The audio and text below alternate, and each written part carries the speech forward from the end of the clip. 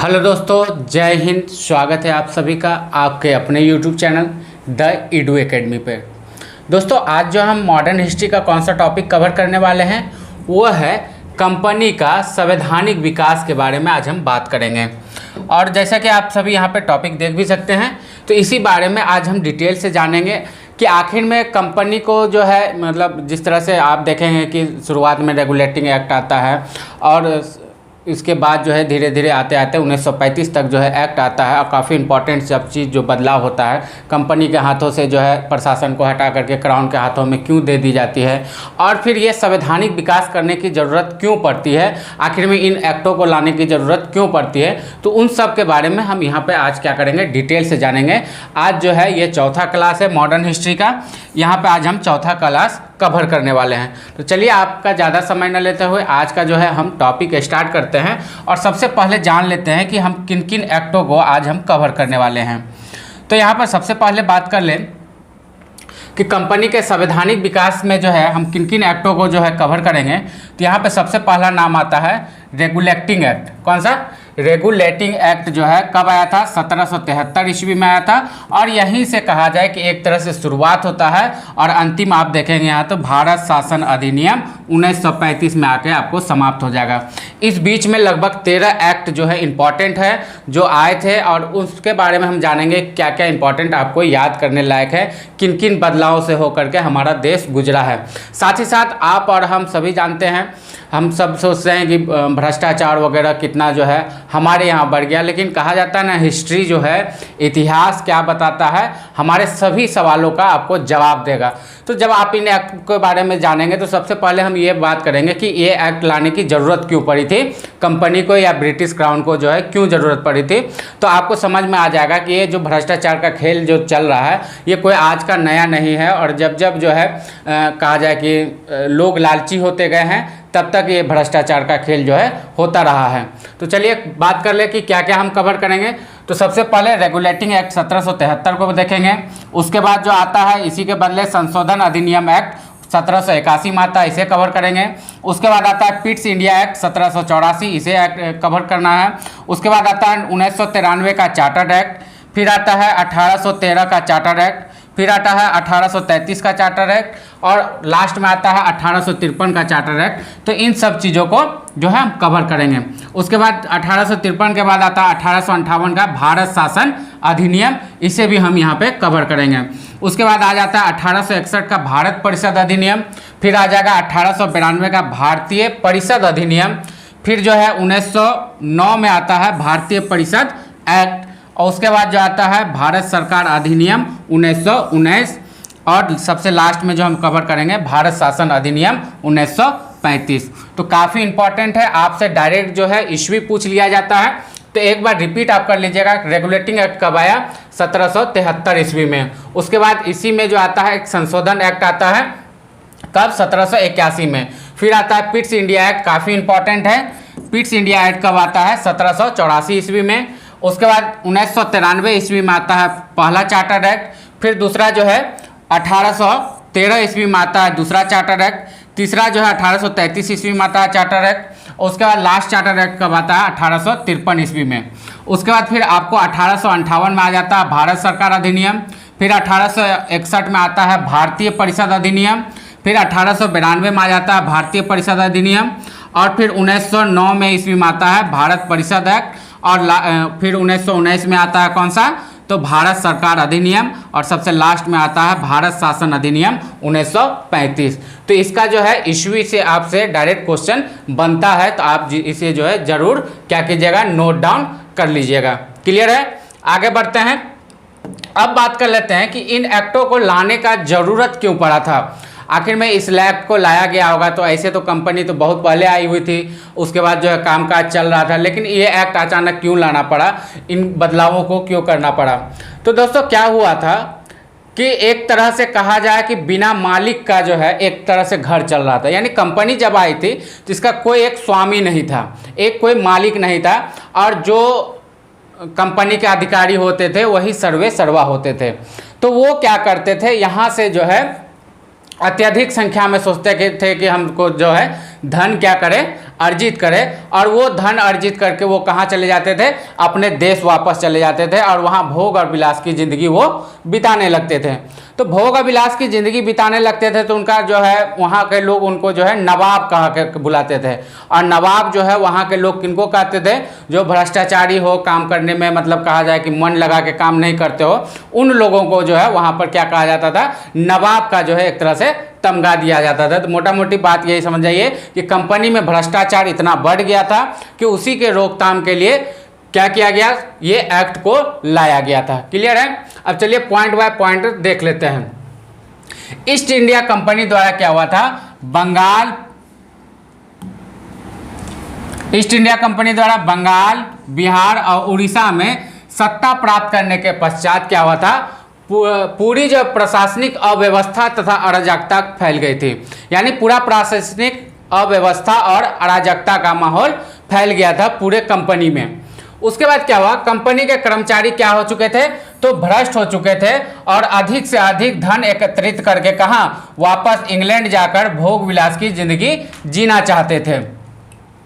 इन सब दुराचार के कारण इंग्लैंड में इन्हें है की दृष्टि यानी क्या कहा जाके द्वेष दृष्टि से देखा जाता था और इन्हें नवाब की संज्ञा दी जाती थी, जो कि नवाब के भ्रष्ट होने का घोतक था। यानी नवाब किन्हें कहा जाता था, हम लोग भी नहीं कहते हैं ढेर नवाबी झाड़ रहे हो, एक तरह से हम लोग अपने लैंग्वेज में करते हैं कि जो ज़्यादा कामकाज न करता हो, मतलब व्यवहार ठीक ना हो, तो हम लोग भी सीधे कह देते हैं ज़्यादा नवाबी मत झाड़ो। तो उसी तरह से यहाँ से जब धन लूट करके जाते थे, क्योंकि यहाँ ईजी वे में और गलत तरीके से धन कमाने के बाद जो है लोगों में तो अहंकार और कहा जाए भोग विलास का जो है लक्षण आ ही जाता था।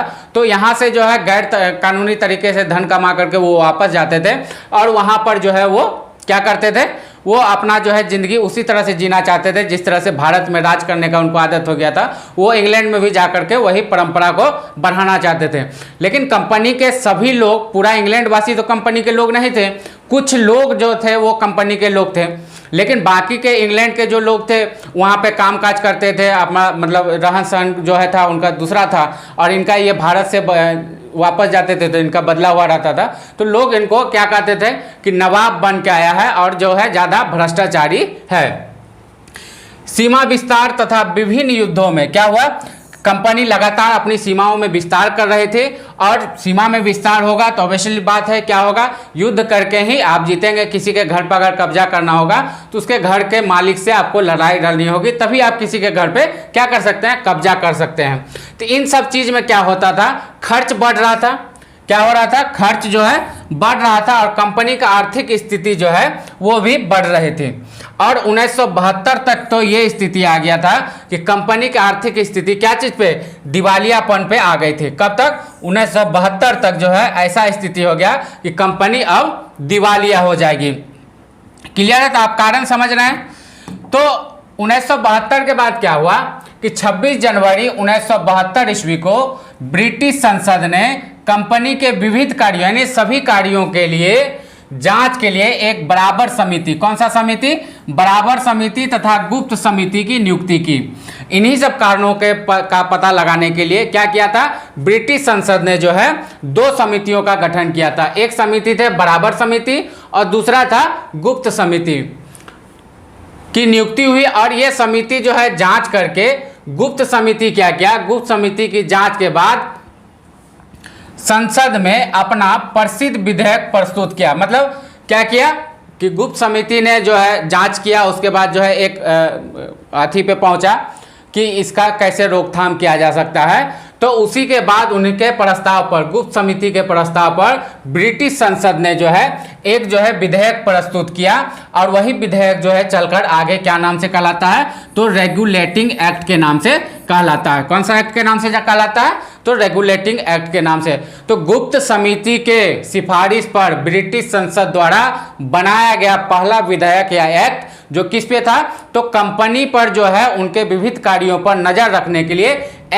एक्ट लाया गया, एक अधिनियम लाया गया जिसे बाद के समय में हम रेगुलेटिंग एक्ट के नाम से जानने लगे। क्लियर है। यहां तक तो हम समझ गए कि आखिर में क्यों जो है ब्रिटिश संसद को जो है एक्ट लाने की जरूरत पड़ी और क्यों अपना संवैधानिक विकास करने की उसे जरूरत पड़ी।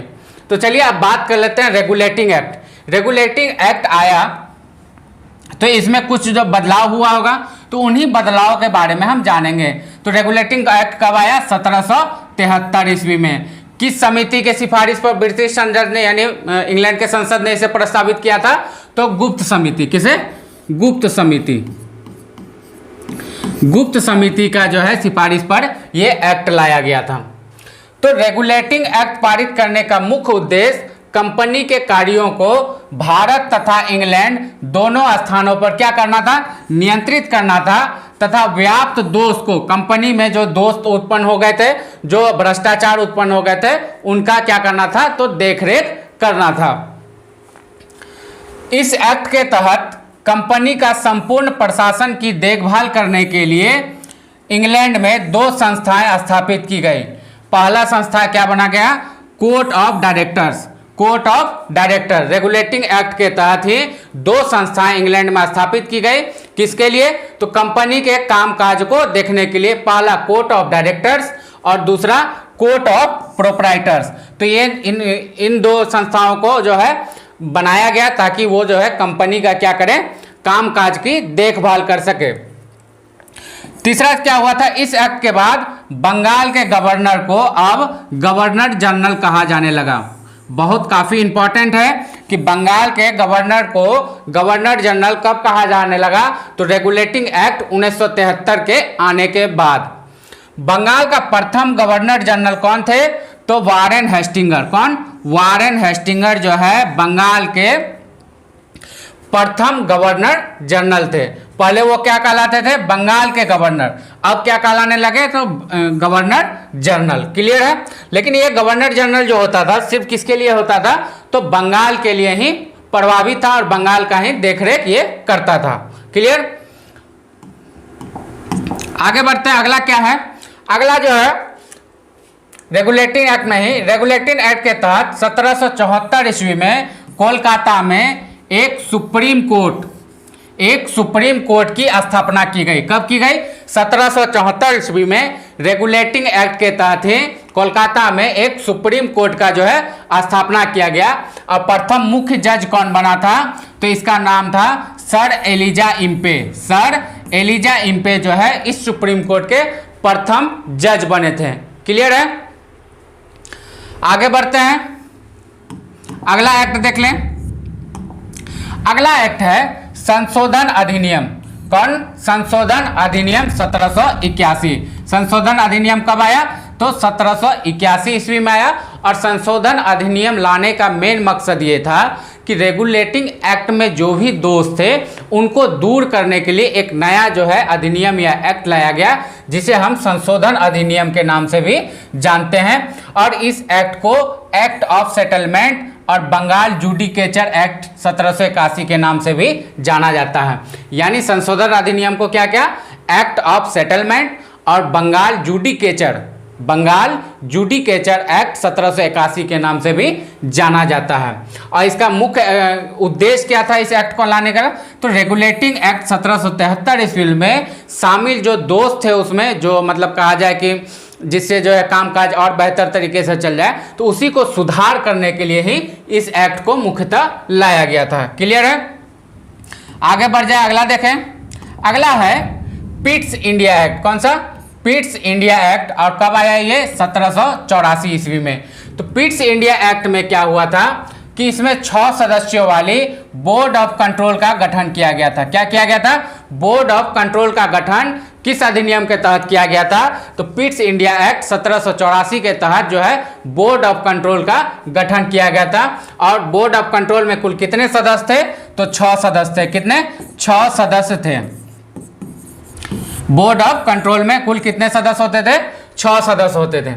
इस एक्ट में घोषणा की गई कि भारत में राज्य विस्तार और विजय की नीति का अनुसरण इंग्लैंड की नीति और प्रतिष्ठा तथा इच्छा के विरुद्ध है। यहाँ पर जो कंपनी जो है जबरदस्ती जो है क्या कर रहा था?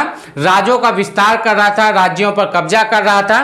तो इसके बारे में कहा गया इस एक्ट में कि ये जो नीति है, ये नीति इंग्लैंड के प्रतिष्ठा और इच्छा के विरुद्ध चल रहा है। कंपनी ये काम कर रही है।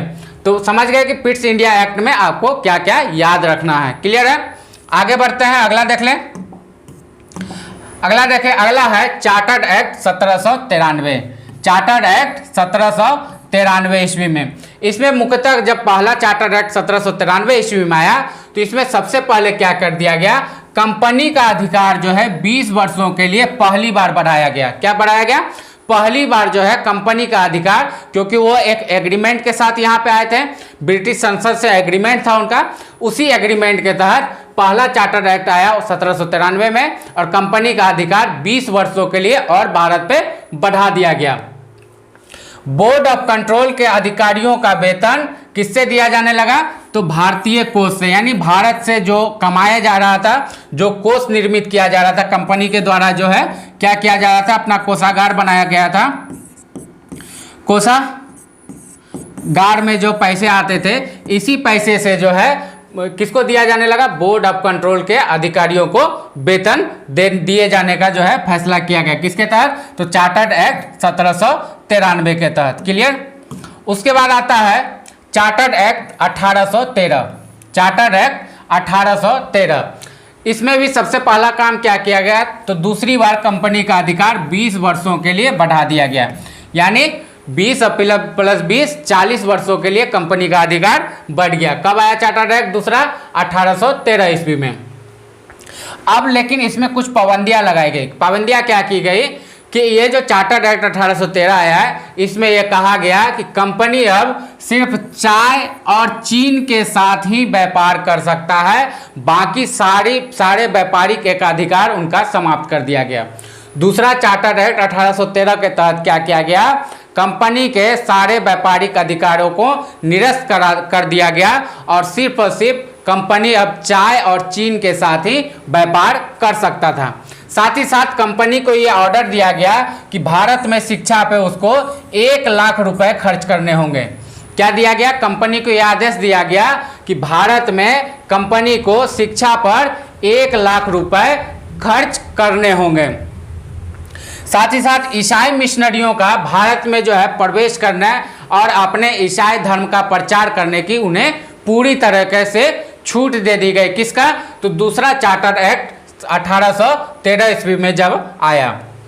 अगला क्या हुआ कि भारत में बसने और व्यापार करने के लिए अब क्या करना होगा? तो ब्रिटिश संसद से आपको लाइसेंस प्राप्त करना होगा, तभी आप क्या कर सकते हैं? भारत में बस सकते हैं या फिर आप वहां जाकर के व्यापार कर सकते हैं। क्लियर है?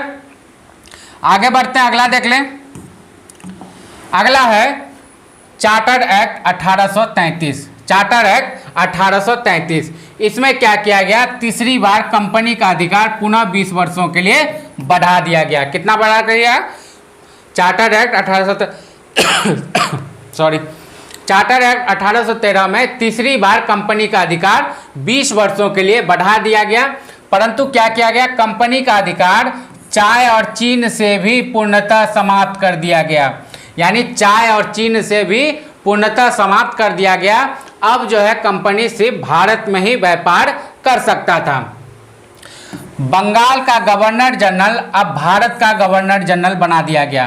काफ़ी इंपॉर्टेंट टॉपिक चीज़ है ये, इसे याद रखिएगा कि चार्टर्ड एक्ट 1833 में बंगाल का गवर्नर जनरल को अब पूरे भारत का गवर्नर जनरल बना दिया गया। भारत में एक विधि आयोग की भी स्थापना की गई। भारत में प्रथम विधि आयोग की स्थापना किसके द्वारा किया गया? तो चार्टर्ड एक्ट, जो तीसरा चार्टर्ड एक्ट आया कब?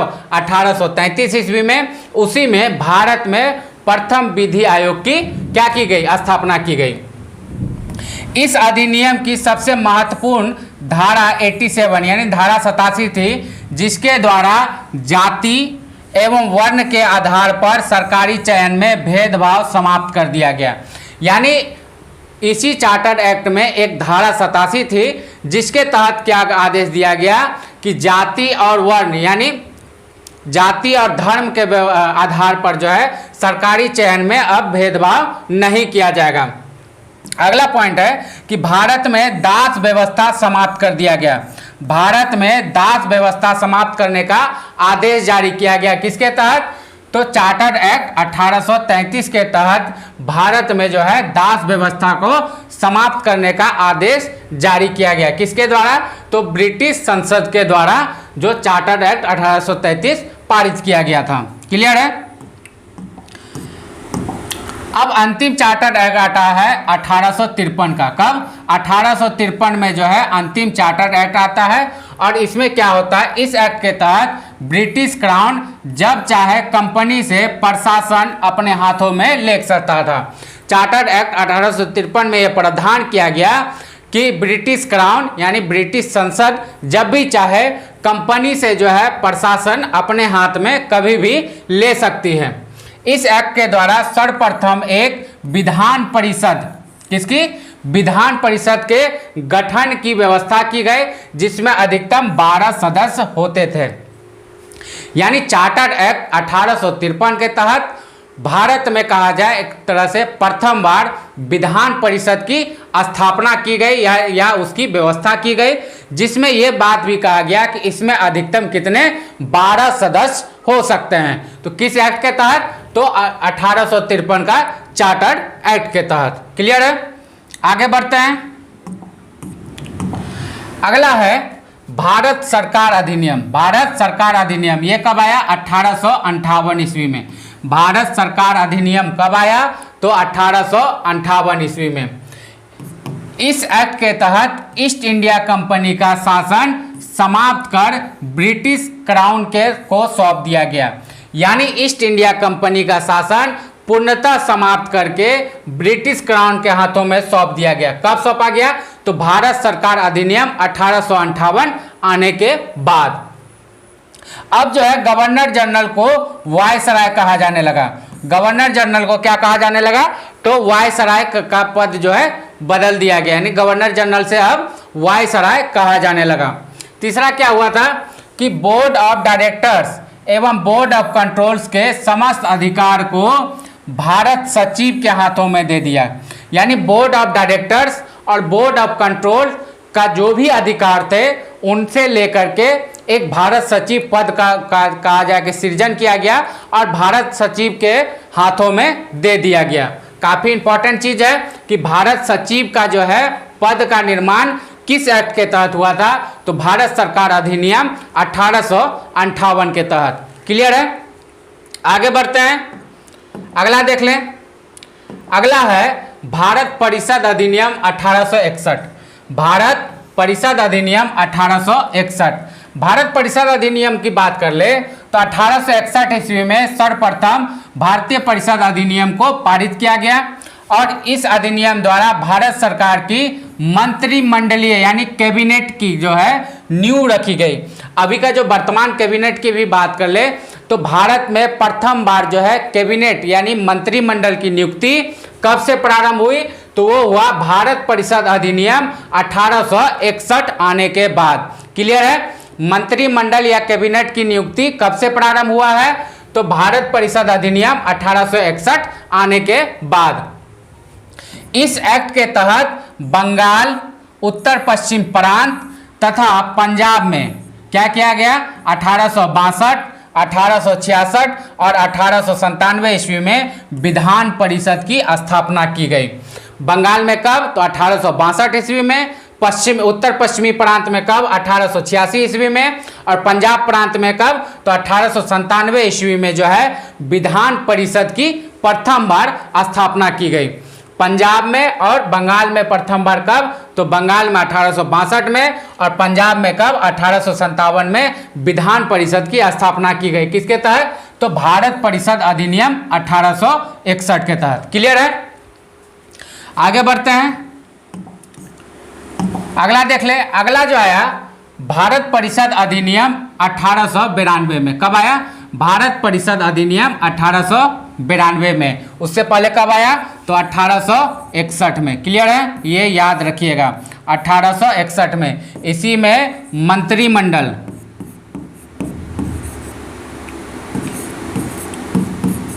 मंत्रिमंडल शब्द या कहा जाए कि पहला बार जो पद के बारे में कहाँ बात किया गया? तो 1861 का भारत परिषद अधिनियम में। चलिए अब भारत परिषद अधिनियम 1892 के बारे में बात कर ले तो इस अधिनियम में सबसे महत्वपूर्ण अंग क्या किया गया? निर्वाचन पद्धति की शुरुआत की गई। भारत में चुनाव पद्धति या निर्वाचन पद्धति की शुरुआत कब की गई? तो वो किया गया भारत परिषद अधिनियम 1892 के अंतर्गत। लेकिन इस समय का जो निर्वाचन था इसमें क्या किया जाता था, लोगों को चुनने का यानी इलेक्टेड का जो है पदवी न दे करके क्या दिया जाता था, निर्वाचन शब्द का प्रयोग नहीं करके क्या मनोनीत यानी नॉमिनेटेड का संज्ञा दिया जाता था। इस समय का जो निर्वाचन स्टार्ट हुआ था यानी चुनाव पद्धति जो स्टार्ट हुआ था, इसमें जो भी लोग शामिल होते थे उन्हें जो है निर्वाचन शब्द का प्रयोग न करके क्या कहा जाता था कि इन्हें नियुक्त किया गया है या मनोनीत किया गया है यानी नॉमिनेटेड किया गया है। तो काफ़ी इंपॉर्टेंट है कि निर्वाचन पद्धति की शुरुआत भारत में कब से हुई, तो भारत परिषद अधिनियम 1892 आने के बाद। क्लियर है, आगे बढ़ते हैं, अगला एक्ट देख लें। अगला एक्ट है भारत परिषद अधिनियम 1909। भारत परिषद अधिनियम 1909। इस अधिनियम को मार्ले मिंटो सुधार अधिनियम भी कहा जाता है। इस अधिनियम को क्या कहा जाता है, तो मार्ले मिंटो सुधार अधिनियम के नाम से भी जानते हैं। मार्ले मिंटो सुधार अधिनियम का लक्ष्य 1893 ईस्वी के अधिनियम के दोष को दूर करना तथा भारतीय राजनीति में बढ़ते हुए उग्रवाद तथा क्रांतिकारी राष्ट्रवाद से उत्पन्न स्थिति का सामना करना था। तो मार्ले मिंटो सुधार अधिनियम जो 1909 ईस्वी में आया, इसका मेन मकसद था कि भारत में जो है एक तरह से पुनर्जागरण हो रहा था, लोग क्रांति की ओर जा रहे थे, आंदोलन कर रहे थे, तो उन स्थितियों से कैसे निपटा जाए, तो उसी के लिए जो है मार्ले मिंटो अधिनियम, जिसे हम भारत परिषद अधिनियम 1909 है, इसको लाया गया था। इस अधिनियम के द्वारा भारत में प्रतिनिधित्व के आधार पर विधान परिषदों में निर्वाचन प्रणाली लागू की गई। यानी प्रतिनिधित्व, जिस जगह में जिसका जो है जनसंख्या ज़्यादा है उसे प्रतिनिधित्व दे करके विधान परिषद में क्या किया गया, तो निर्वाचन प्रणाली की शुरुआत कर दी गई। इस अधिनियम द्वारा ब्रिटिश सरकार ने सांप्रदायिक आधार पर निर्वाचन पद्धति को स्थापित करने का प्रयास किया था। यानी सांप्रदायिक तरीकों से, ताकि सांप्रदायिकता में जो है भारतीय लोग फंस जाए और उनके चुंगल से कभी ना निकल पाए, यही मेन मकसद था किसका, तो मार्ले मिंटो सुधार अधिनियम या भारत परिषद अधिनियम 1919 का। तो सांप्रदायिक चुनाव का जो कहा जाए, निर्वाचन का आधार किसको माना जाए, तो मार्ले मिंटो को माना जा सकता है। क्लियर है, प्रथम बार क्या हुआ था, तो प्रतिनिधित्व के आधार पर प्रतिनिधित्व के आधार पर विधान परिषदों में निर्वाचन प्रणाली भी लागू की गई थी। क्लियर है, आगे बढ़े, अगला देख ले। अगला है भारत परिषद अधिनियम 1919। भारत परिषद अधिनियम 1919, इसमें देख ले, इस अधिनियम के द्वारा भारत सचिव एवं उनके विभाग का खर्च का वहन अब ब्रिटिश संसद द्वारा, किसके द्वारा, ब्रिटिश संसद द्वारा किया जाने लगा, जो पहले भारत के राजस्व से वसूला जाता था।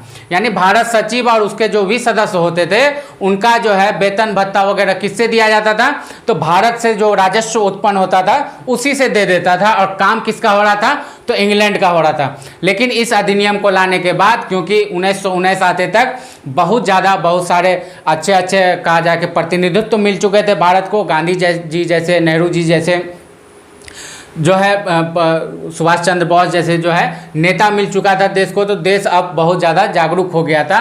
तो भारत सचिव का जो खर्च था, वो जो पहले भारत के राजस्व से दिया जाने लगा था, लोगों ने उसका विरोध किया, तो वो जो है खर्च अब किसके द्वारा, ब्रिटिश संसद के द्वारा वहन किया जाने के बारे में बात किया गया। उसके बाद क्या हुआ था, केंद्रीय स्तर पर पहली बार द्विसदनात्मक विधानमंडल की स्थापना की गई। केंद्रीय स्तर पर द्विसदनात्मक विधानमंडल की स्थापना की गई। पहला था राज्य परिषद, दो जो सदन थे, तो पहला था राज्य परिषद, इसमें कुल कितना, तो इसमें कुल 60 सदस्य होते थे, जिसमें 27 मनोनीत और 33 कौन होते थे, तो देसी रियासत, 33 कौन होते थे, निर्वाचित। राज्य परिषद में कुल 60 सदस्य होते थे, जिसमें 27 मनोनीत होते थे और 23 जो होते थे वो निर्वाचित होकर के आते थे। दूसरा कौन सा था, वो था दूसरा सदन विधानसभा। विधानसभा में कुल 145 सदस्य था, जिसमें जो है 41 मनोनीत होता था और 104 जो है निर्वाचित होकर के आते थे। क्लियर है। तो द्विसदनात्मक विधानमंडल की व्यवस्था किसके द्वारा की गई? तो भारत परिषद अधिनियम 1919 के द्वारा। क्लियर है। इसमें काफी इंपॉर्टेंट चीज याद रखिएगा, राज्य परिषद और विधानसभा की स्थापना की गई थी। राज्य परिषद में कुल 60 सदस्य होते थे, जिसमें 27 मनोनीत और 33 निर्वाचित होकर आते थे। वहीं पर विधानसभा में कुल 145 सदस्य होते थे, 41 को मनोनीत किया जाता था और 104 जो है निर्वाचित होकर के आते थे। क्लियर है। आगे बढ़ते हैं, अगला देख लें। अगला है भारत परिषद अधिनियम। भारत परिषद अधिनियम में ही क्या हुआ था कि इसका मुख्य विशेषता प्रांतों में द्वैध शासन स्थापित करना। क्या था?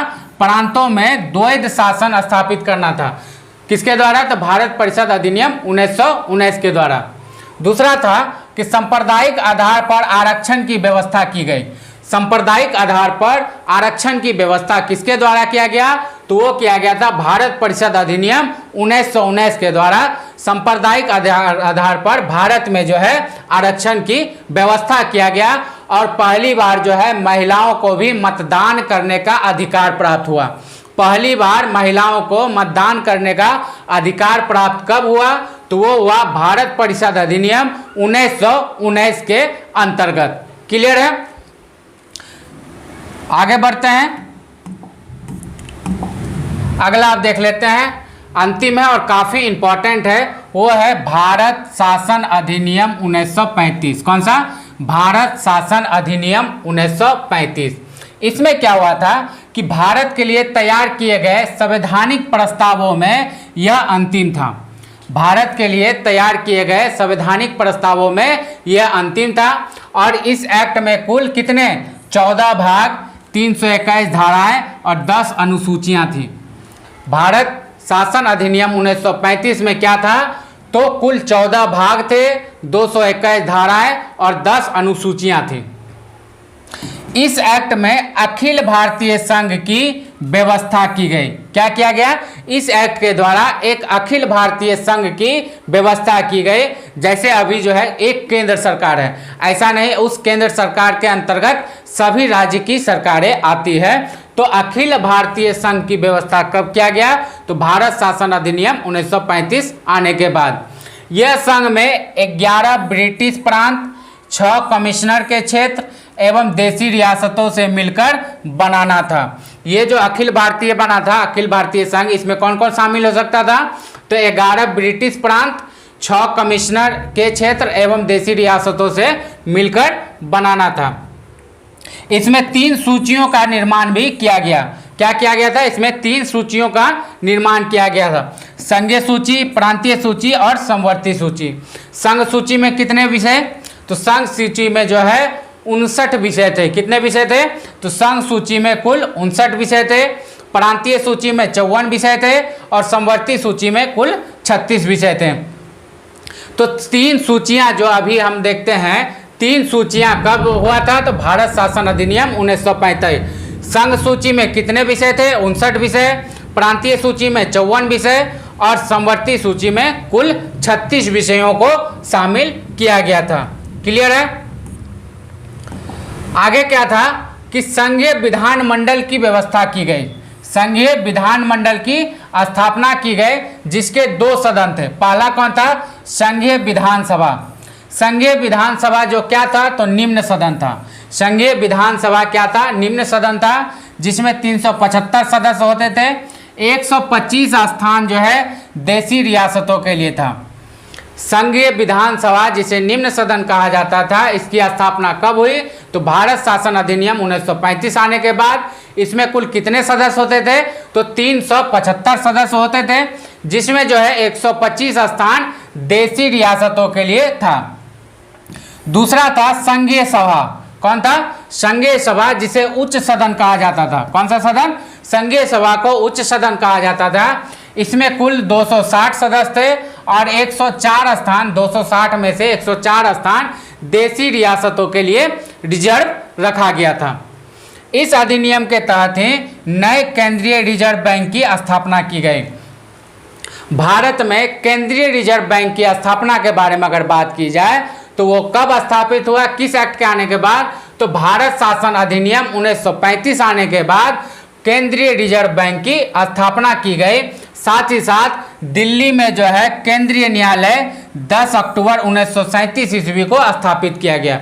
यानी दिल्ली में जो एक तरह से कहा जाए सुप्रीम कोर्ट है, और केंद्रीय रिजर्व बैंक जिसे हम आज आरबीआई के नाम से भी जानते हैं, वो जो है कब मतलब स्थापित हुआ या कहा जाए कि लागू हुआ, तो भारत शासन अधिनियम 1935 आने के बाद।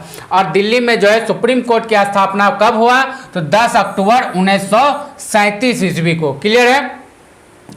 उसके बाद क्या हुआ, द्वैध शासन प्रणाली, द्वैध शासन प्रणाली को समाप्त करके एक पूर्ण उत्तरदायी शासन की व्यवस्था की गई। एक पूर्ण उत्तरदायी शासन की व्यवस्था की गई, और इस अधिनियम के द्वारा 1935 ईस्वी में ही वर्मा को जो है भारत से अलग कर दिया गया।